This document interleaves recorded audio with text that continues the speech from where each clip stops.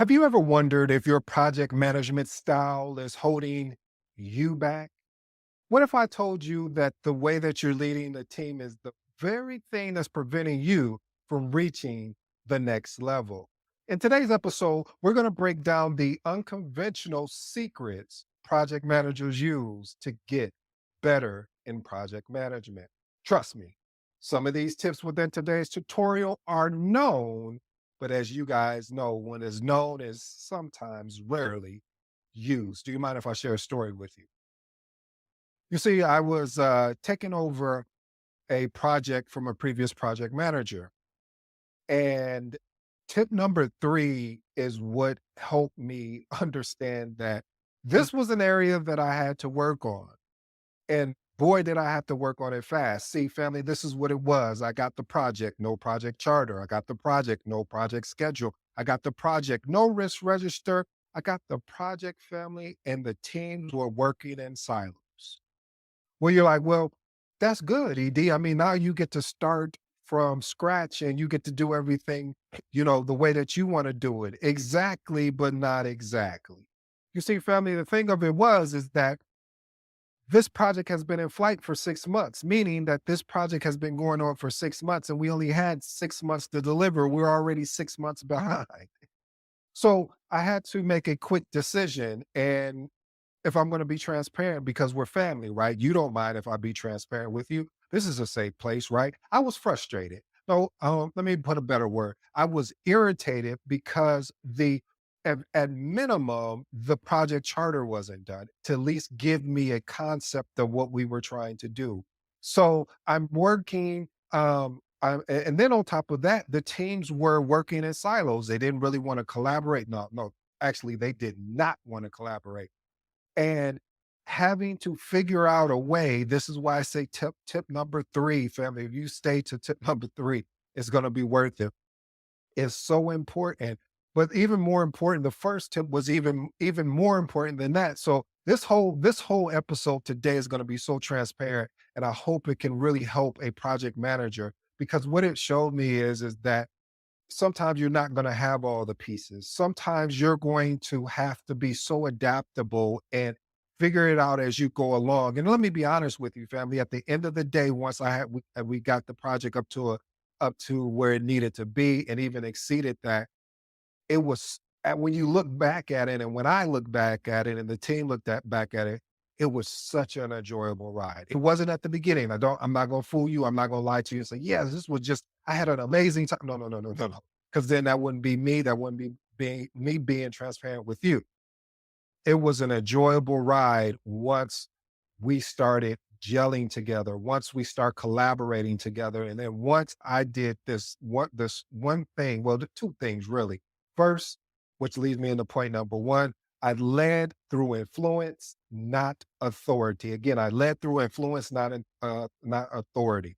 See, true leadership, if we're going to be clear and be honest, is about commanding authority, about inspiring others to follow the influence, through influence.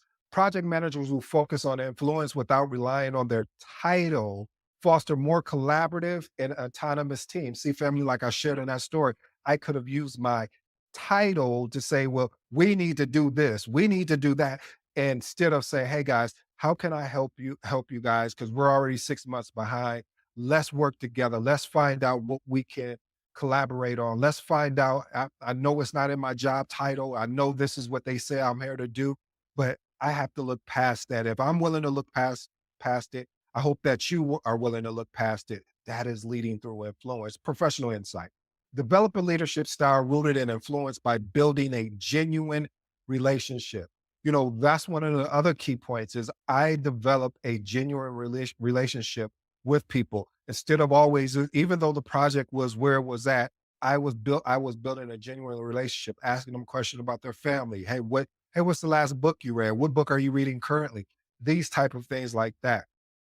And then leveraging each one of their experiences, or I should say expertise. And we went straight into action, and gave credit generously, and I empowered the team to take ownership and make decisions and not choices on all initiatives. See, we can't allow someone to make a choice. We have to make them to make a decision because we know when we make a decision, we've already cut off all of the choices that there are available. Point number two, foster psychological safety for radical candor.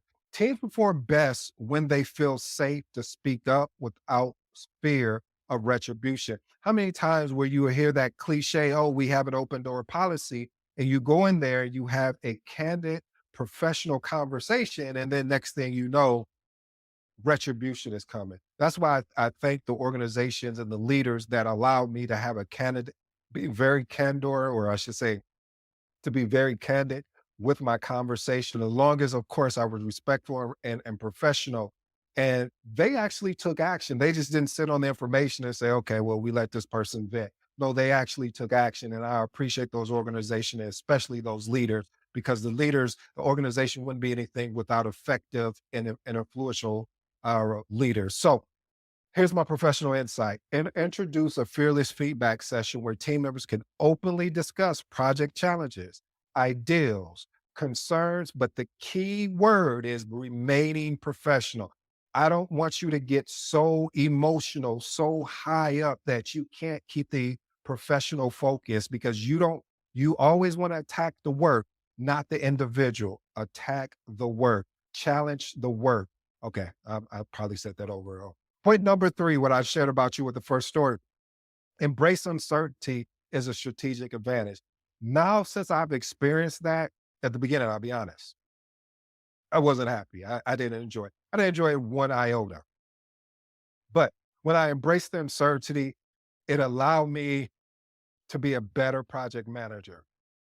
Rather than seeing uncertainty as a threat, now I view it as an opportunity to explore creative paths forward. And see, that's key, family. When you don't look at this as a threat, when uncertainty rises, when you don't look at it as like, oh, this is the end of the world, and you look at it as an opportunity, like, how am I going to exploit this opportunity? How am I going to take advantage of this opportunity? Because, see, this is where you're going to find out where your project team really is. This is where you're going to know who you can count on and who you can count out. I like that, family. Here's my professional insight. Cultivate a flexible project culture by creating innovation zones where team members can exploit alternative solutions to project challenges. Regular introduce scenarios where team must adapt on the fly to practice and thriving in uncertainty.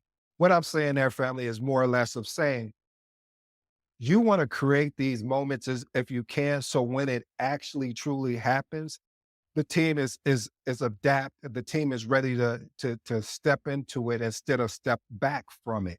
That is important. You want your team to lean in instead of leaning out. All right, point number four, create a fail forward culture. Family, when I was in high school, just like, it's, I guess, school in general, it's anytime you got a bad grade, you didn't even look at the learning opportunity because that was not what was presented. It was more of it was more of a presentation of, for me, I'm not speaking for everyone, for me, that, oh, you're a failure, you'll never get this, versus, okay, I didn't do well here. All right, how am I going to adjust? How am I going to adapt?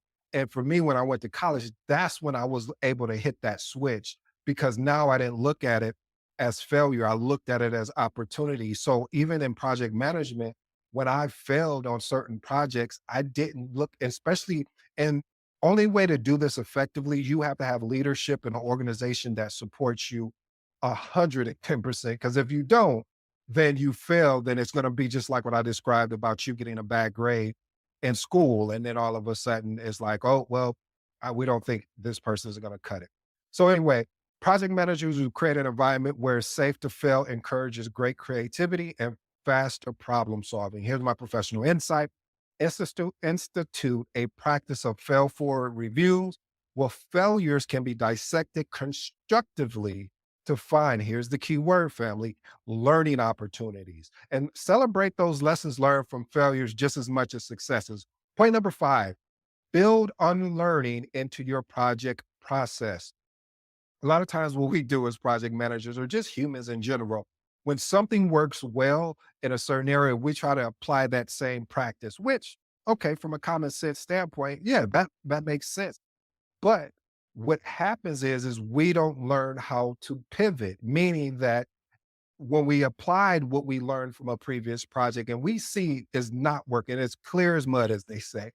But no, seriously, it's clear as day that it's not working. We still want to stick with it, stick with it, stick with it. I'm like, it's not working. We need to pivot. We need to adjust. We need to adapt. So we have to find new perspective to drive better results. Here's my professional insight. Create moments in the project cycle where teams are excuse me, are encouraged to challenge previous assumption and question standard practice. For example, host unlearning sessions to explore how traditional methods may be reimagined. That is the key word, reimagine, meaning how can we transform this? How can we make it how can we make it uh, better and get better results? Point number 6, practice hyper personalized communication. While tailoring communication style is common, this step here, family, it takes it a little bit deeper. And what I mean by that, hyper personalized communication goes deeper by addressing, watch this, family, team members' unique motivations, stressors, and the main point or the foundation of this all is their communication preference. I always share with you, and I know it's extra work. Some people love detailed emails. Some people like high level emails. Some people would rather be communicated in teams. Some people would rather be get regular updates. Some people would rather. So you get where I'm going with this. So having the ability to keep a communication playbook for each team member, noting their preferences, motivators, and stress signals are going to be key when you're delivering updates, feedback, and then this is just going to resonate well with them. Point number 7: develop situational agility for each project phase. Now, when you are leading a project, most of the times you will hear people say, well, the planning is the most easiest. It just, it gets difficult during the execution because of following up and doing all this. I'm like, no, I disagree with that. The most challenging for me has always been in the planning phases because you have people super excited. And because they're excited, they want to have this expanded scope. And we're not able to do all of that. So trying to get everything boiled down into a manageable scope and then creating a WBS to be reflective of that is key. So in different phases of when you are leading a project. So for instance, in the planning phase, and I'm already in my professional insights in the planning phase, you want to be more directive. But in the execution phase of it, you want to create a collaborative approach. And reason why I say you want to be directive in planning, just for some additional, for me to expound on it a little bit more, is because everybody's going to be all over the place, and you want to make sure we can get on track. And the way to get everyone is on track is saying, this is what we're doing and this is how we're moving forward. But when we get to that execution piece, and you have to sell it to them to a way that say, hey, this gives us more time to focus on the execution piece. We can't spend so much time on planning, and then we don't do anything. I'm a big proponent on planning. But if we just create a humongous plan and then we realize we got to throw that whole plan out the book, I'll throw the whole plan, the book, throw the whole plan out, then it was a waste of time. So let's plan as detailed as we can, but then let's start moving forward to execute. Point number 8: develop real-time accountability systems. One of the challenges in project management, maybe someone would come out with a software for this. Maybe I may even build one. In traditional project management, holding somebody accountable in real time sometimes can be challenging, especially if you're leading multiple projects, or you're so focused in an area that you're like, oh man, I forgot to follow up with this person. Or if you follow up with them multiple times and they're not responding, they're not even saying, hey, we need more time, etc. This is why I think real-time accountability systems are one of those things where it would be nice to have a board where it will show the people that are responsible for each task that goes all the way up to the executive leadership, where they're able to see. This even allows them to see the workload. It sees them, hey, somebody made a commitment, not an interest. We all know the difference here. Commitment is saying that I'm cutting off everything else. I'm committed to doing this. An interest is like, well, I'm interested in doing it. It's like somebody telling you, I'm going to try and make the meeting. It's like, okay, how are you going to try or making the meeting? See, this is their way out. And we don't want to build a way out. We want to build a way in. Kind of like that, family. The reason why I like that is because a lot of times we allow people to try things instead of holding them accountable for doing things. So having real time accountability, and this is my professional update, insight, excuse me. Encourage a culture where peers check in with each other's progress, rather than waiting for the official status meeting. And my bonus for today, family, is leverage peer to peer mentorship. What does that look like? Uh, I love mentorship. And as you guys know, I talk about it all the time. But in a work environment, peer to peer mentorship can accelerate learning by fostering quick knowledge sharing. That's really what the peer to peer mentorship is about, is fostering quick knowledge sharing. The key words I should say is knowledge sharing. So project managers who facilitate peer mentoring see faster skill development within their team. Here's my professional insight. Pair team members who excel in certain areas with others who need to develop those skills, and rotate, family, rotate these mentorship pairing regularly to ensure skill diverse and skill development and collaboration. I have one transformational remark for you today, and then I'll let you be on your way. Family, if you don't learn anything else that we talked about today, if you forgot everything that I said starting at point number one, this transformation was two, really, but point number one and three, if you go back and listen, point number one and three are two major items you really want to learn. You're never going to master it, but continually to get better. And I'm going to give you number one: leading through influence, not authority. Again, leading through influence, not authority. When you get this opportunity to fall in love with this thing that I love, that I hope you fall in love with, called project management, leadership is not about commanding authority. It's really about inspiring others through influence. I hope you enjoyed today's episode. I go by the name AD. For you smart and intelligent folks out there, listen, that just simply means Ed. Until next time.